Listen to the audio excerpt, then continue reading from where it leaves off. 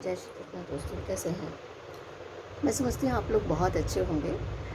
और जैसा कि अभी समय बहुत ख़राब चल रहा है, हमारे जो भी हम काम करते हैं उसमें कोई ना कोई हमारा शत्रु भी आ जाता है। चाहे हम जॉब करें, चाहे हम कोई बिज़नेस करें, चाहे हम घर में कोई शॉप लगा लें, चाहे हम कोई छोटा सा बुटीक खोल लें, या कोई भी काम अगर हम खोलते हैं तो हमारे शत्रु पहले हो जाते हैं। इवन आप ये मान के चलिए कि आपके फैमिली में, परिवार में, यहाँ तक कि चलने वालों का इतना ज़्यादा बोलबाला है कि वो हमारे शत्रु बन ही जाते हैं। तो आप मान के चलिए दोस्तों कि आपको अपने शत्रुओं से निजात पानी है, तो आपको क्या करना है? तो देखिए, मैं आपको बताने वाली हूँ कि अगर आपके शत्रु हैं तो उसका समाधान भी है।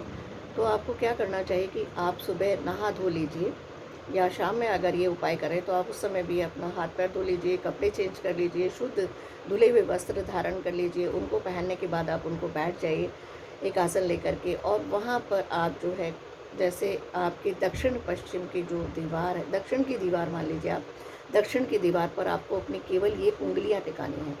ये उंगलियां होती हैं आपकी, ये इस तरह से टिकानी है दीवार पर, और उस पर आपको अपनी 4 उंगलियां, पाँचों नहीं, 4 उंगलियां केवल टिकानी है आपको इस तरह से। और उसके अंदर आपको केवल 3 साबुत दाने चावल के लेने हैं, और अपने शत्रु का नाम लेना है, और उसके ऊपर इस तरह से टिका के इस तरह से बंद कर लेना है इसको, यहाँ से 3 दानों को, और उसके ऊपर टिका लेना है। दूसरे हाथ में आपको जो है 7 दाने लेने हैं। इस तरह से आपको करने के बाद क्या करना है कि आपको एक छोटा सा मंत्र है जो कि 11 बार उच्चारित करना है, 11 बार बोलना है।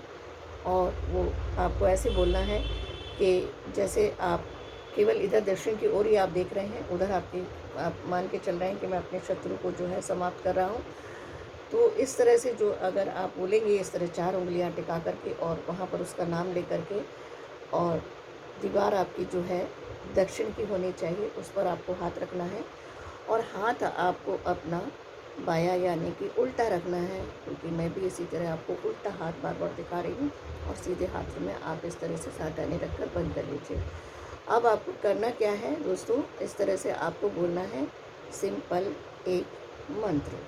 मंत्र को उच्चारण करना है आपको, इन नैनन, इन नैनन चाहि शत्रु वर्जति संपत्ति वर्जति। इन नैनन चाहे शत्रु, नाम लेना है शत्रु का, इस जगह पर जो भी उसका नाम है, शत्रु यानी कि शत्रु का नाम, और यहाँ पर आपको बोलना है वर्जति।